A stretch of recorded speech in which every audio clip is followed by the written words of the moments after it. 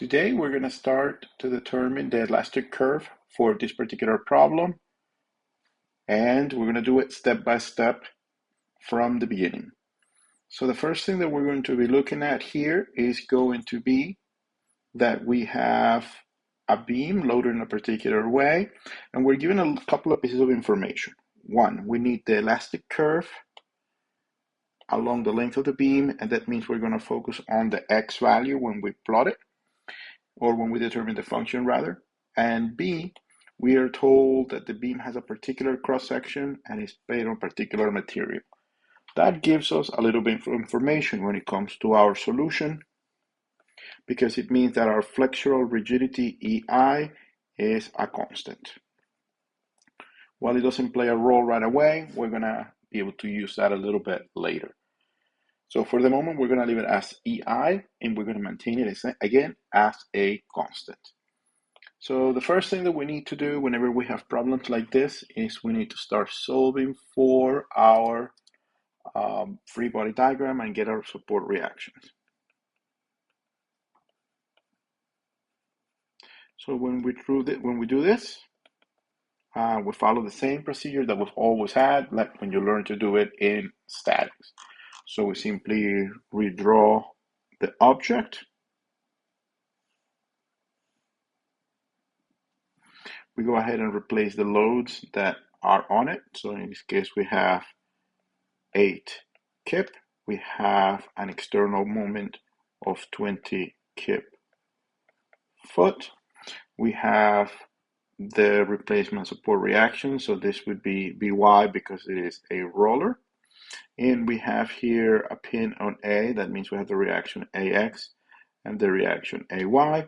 And we have a couple of distances that we can deal with here. So this is 20 feet, and this is 10 feet. Okay, now that we have this, we can sum the forces like we normally do. Sum of the forces in X, of course, simply yields that AX is equal to 0. If we sum the forces in Y, we would have two unknowns. We would have AY and BY. So when I'm going to go ahead and sum the moments about A first to obtain BY. And we have the external moment, which is just 20 kip foot. Then we have the moment due to the force 8 kip, which would be minus 8 kip times 30 foot. And then we have BY, which is plus BY times 20 foot. Right? So that gives us a reaction at Y of 13 kip. And we have then the sum of the forces in Y, if we want to do that one, where we have AY plus 13 kip minus 8 kip equals 0, and AY then becomes minus 5 kip. So really AY would be normally flipped in the opposite direction. So if we start doing this, we just got to keep in mind the direction that AY has. The next thing that we need to do is to obtain the internal reactions. So to obtain internal reactions, because we are going to need our internal bending moments, means we're going to have to cut it and analyze it. So let's do the full procedure for that. That will be a good review for us. So in that case, what I'm going to have is the following. I'm going to have section AB first for internal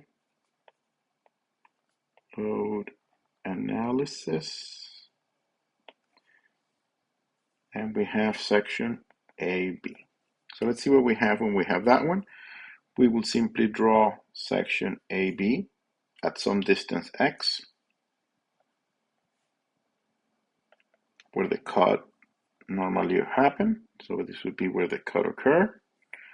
We now also have the reaction AY, which really was pointing down at 5 kip. And we have our internal shear AB of x and our internal bending moment AB of x. Right? Remember that we flipped 5 kip because it was the opposite direction. Like always, we sum the forces in Y. we have minus 5 kip minus VAB of x equals 0. So my internal shear between A and B as a function of x is minus 5 kip. And if I sum the moments about the cut, I will have that I have the internal bending moment AB, that's AB of x, and I will have plus 5 kip, if you will, x. So my internal bending moment is AB of x equals to 5x kip foot, just to keep my units clear. Then I have my section BC, which would be up to the second cut. And I draw it the same way, right? I follow the same procedure. So I draw my rectangle, just a little further out. I would have my 5 kip. I would have BY being at 13 kip at my 20 feet distance from the beginning. But this is not the whole beam. This only goes to X, because that is when I have the next cut between these continuities. And here I will have my shear between B and C. Those are my points B and C, correct?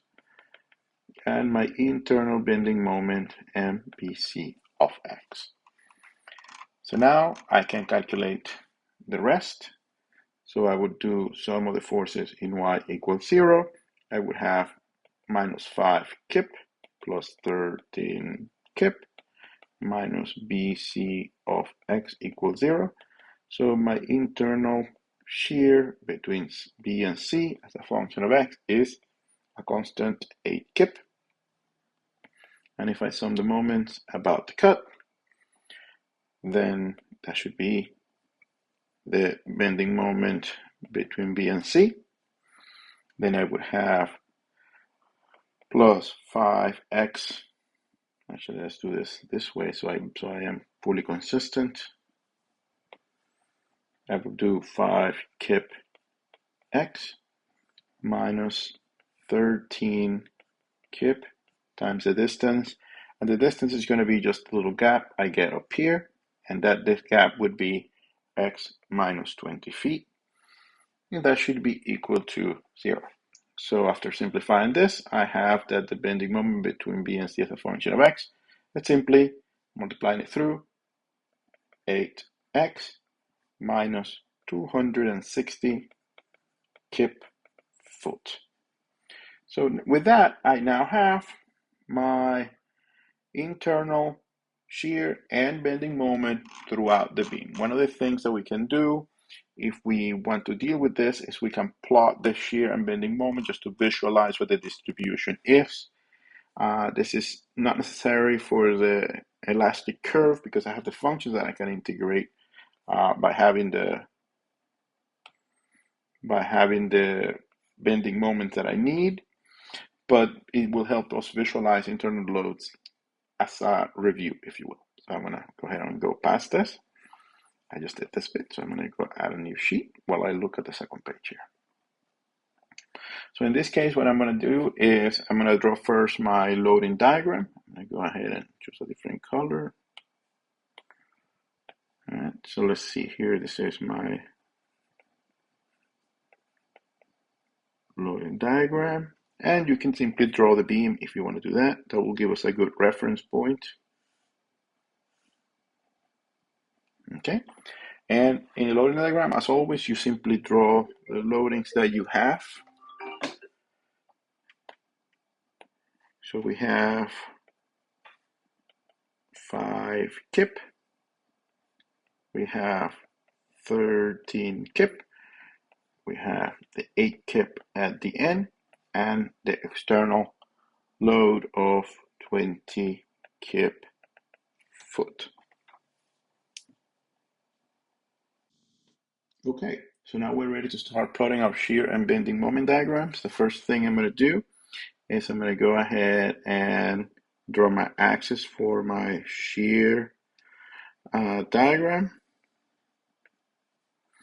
So it's going to be a vertical axis for it. That's going to be my shear as a function of x in kips. So I'm just going to keep my units right there. And it's going to be as a function of x. So I'm just going to the horizontal line. That's going to represent x in feet, just to be consistent. So when I do this, I'm going to go ahead and start with at 0, like we always do. We have a point load of -5. That pushes us down to -5 kip.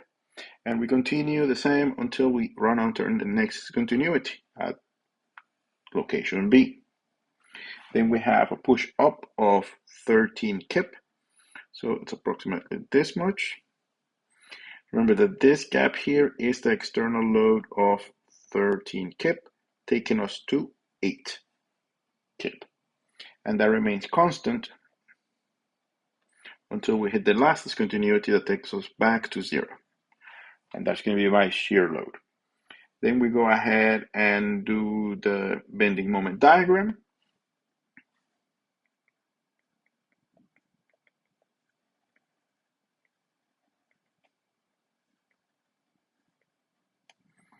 So we again do the axis system. I'm going to go ahead and put my x here again. This is going to be in feet. This is going to be my bending moment as a function of x in kip foot. That's the model I'm following. And I'm going to go ahead and follow my plot. Now, if I look at my initial configuration here, I notice that there is no moment reaction at A, so I start at 0. And now the bending moment slope between A and B is basically the value of my shear, which is -5. And after 20 feet, I can say, well, I end up at -100 kip foot. Then that continues to be true until I go to the next one. Now, at the next one, I'm going to have the slope of the value of the shear, which was 8 kip. And if I do that, which is positive, goes up to -20 kip foot. But then I have an external couple here, which makes it jump up back to 0. And that is my shear and bending moment diagrams. Now, at this point, I am ready to start with my internal displacement equations for each section that will give us the elastic equations that we can plot. So let's go ahead and do that. And for that, I'm just going to leave these equations aside here. I'm just going to move to the next page. And I'm just going to pull up what my two bending moment equations are, just to have them for reference. So first, I will have as a reference section AB. So I'm going to go ahead and write my third big step. Oops. It's going to be the displacement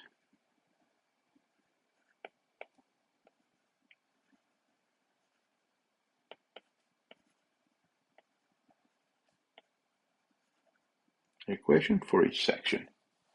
So remember, as a quick reminder, the general form that we have for the equation is EI equals the second derivative of my displacement. Remember, this is not shear, this is a small displacement V. And then this is x squared equals to my bending moment as a function of x. So we start with the first section, which we can say, well, it's section AB. And in section AB, I start the same way. I have EI.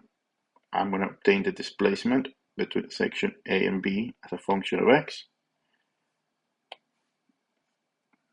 Ex squared, and that's going to be equal to my bending moment for section AB, which is going to be 5x. Now, don't forget to write your fractional rigidity in this equation. So don't forget that term when you do it, because when you plot it, that's going to be a real number that shows up. And then we integrate it twice to obtain the result. I'm going to leave the constant of integrations for last. So I'm going to have EI dVAB of x dx equals minus 5/2 x squared plus c. I'm going to go ahead and call it c1.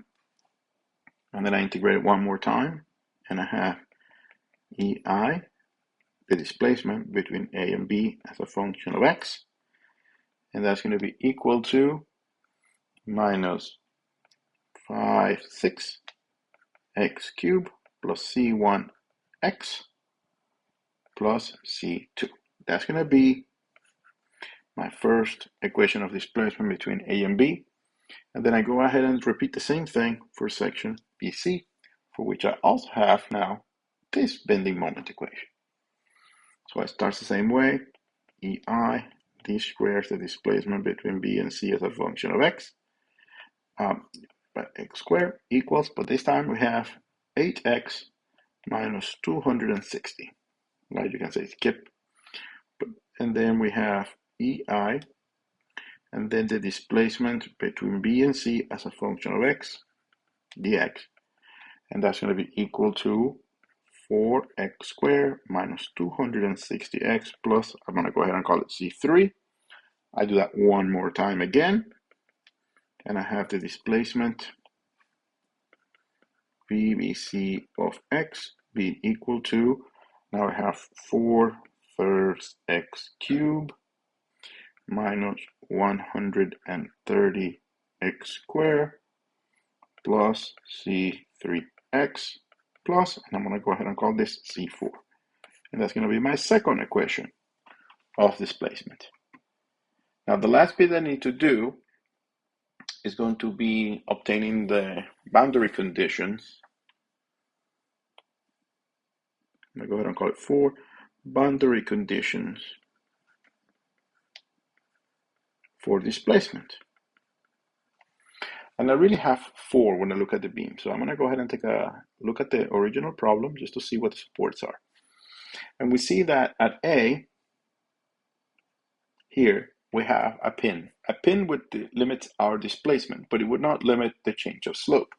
So if I say, well, between section A and B, that applies to the first equation, I would have a boundary condition 1 where x at,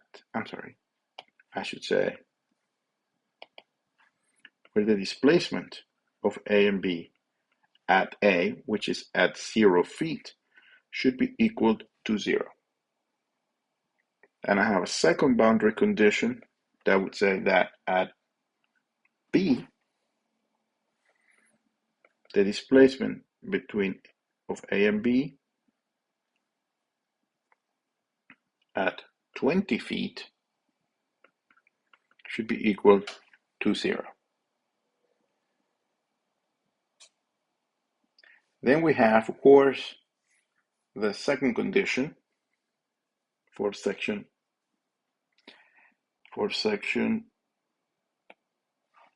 BC, where I would have a similar condition here at BC where the next equation starts. So for section BC, I will have a boundary condition, I'm going to call it 3, where the displacement of point BC at 20 feet should be equal to 0, which makes sense because the beam is connected there.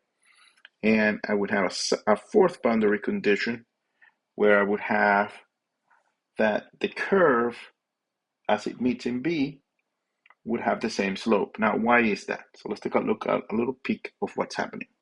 So imagine that I have my beam right here. And my beam is being limited at A and at B from displacement.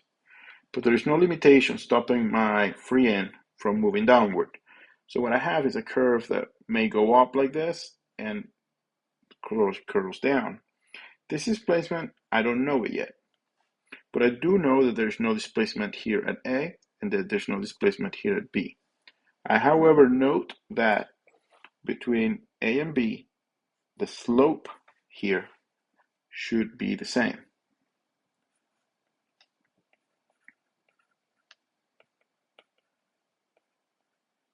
For both curves.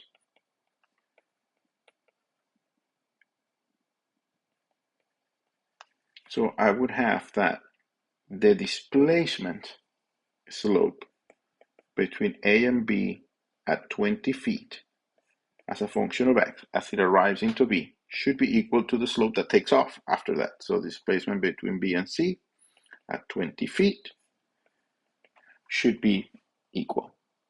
So makes sense because the beam shouldn't bend or anything particularly strange happen to it. Now we can go ahead and evaluate these equations under these boundary conditions. So let's go ahead and do that. Get past that, go to the next page. Put this a little bit smaller like this. Okay. So let's evaluate now the boundary conditions.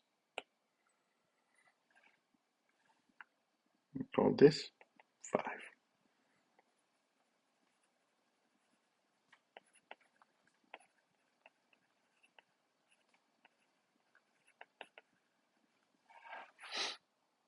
So boundary condition 1.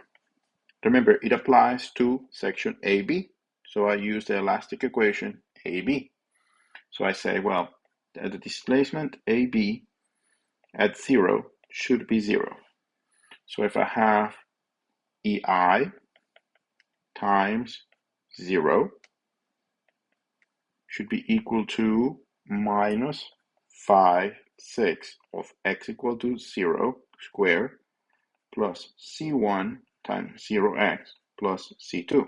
Remember, this is from equation 1 here, for my displacement. Thus, C2 equals 0. I then apply the second boundary condition. Now that I know that C2 is equal to 0, where I know the displacement of AB at 20 feet is equal to 0, so I would have EI, and the displacement is 0 at minus 5/6, but this is what happens at location of 20 feet, so at 20 feet cubed plus C1 times 20 feet. I don't include C2 because I know it's 0. And that gives me that C1 is equal to 333.3, right? Then we apply boundary condition 3, which applies to the second section AB. So boundary condition C3 says that BC at 20 foot is equal to 0. So I apply this equation now. So I have EI times 0 should be equal to 4/3 times 20 foot cubed minus 130 times 20 foot square plus C3 times 20 foot plus C4. So I have an equation that has two unknowns. I'm not going to solve it like that right now because no matter what I do, I'm always going to have C3 and C4 as unknowns. So I go ahead and develop the second equation that I need, which is to the boundary condition 4, where I have that my displacement slope between A and B at 20 foot and that the slope of the displacement of BC at 20 foot should be the same. So I take both derivatives. I take the first derivative that I have here from here in this equation, and I obtain that EI practically goes away. So I have 1 over EI times minus 5 divided by 2 x squared plus, I know what C1 is because it's 333. Oops, I should do this since I'm doing this already. I should substitute x because this only happens at 20 foot square.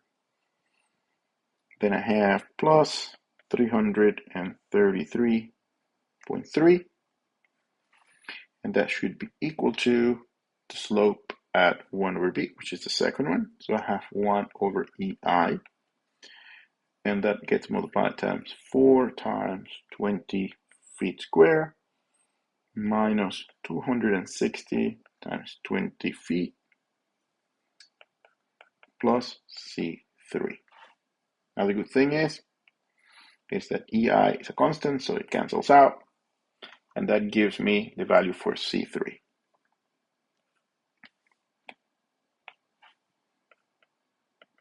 Where C3 is now 2,933. And then, of course, from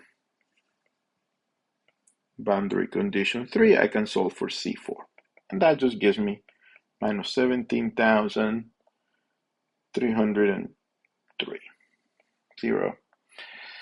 And that lets me define what the elastic equations are. The elastic equations then become, let's put it on the next page here so we can see them.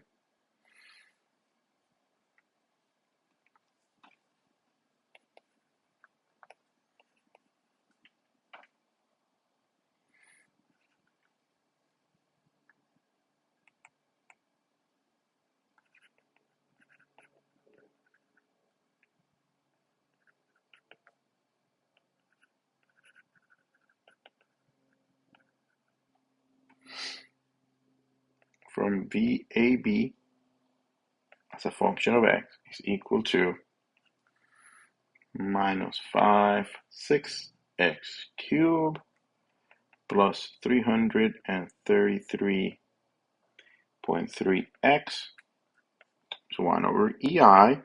Remember, this is between 0 and x equal to 20. And we have that the displacement between B and C as a function of x is going to be 4/3 x cubed minus 130x squared plus 2,933x minus 7,330. 1 over EI. And these are equations that we can plot along the x direction.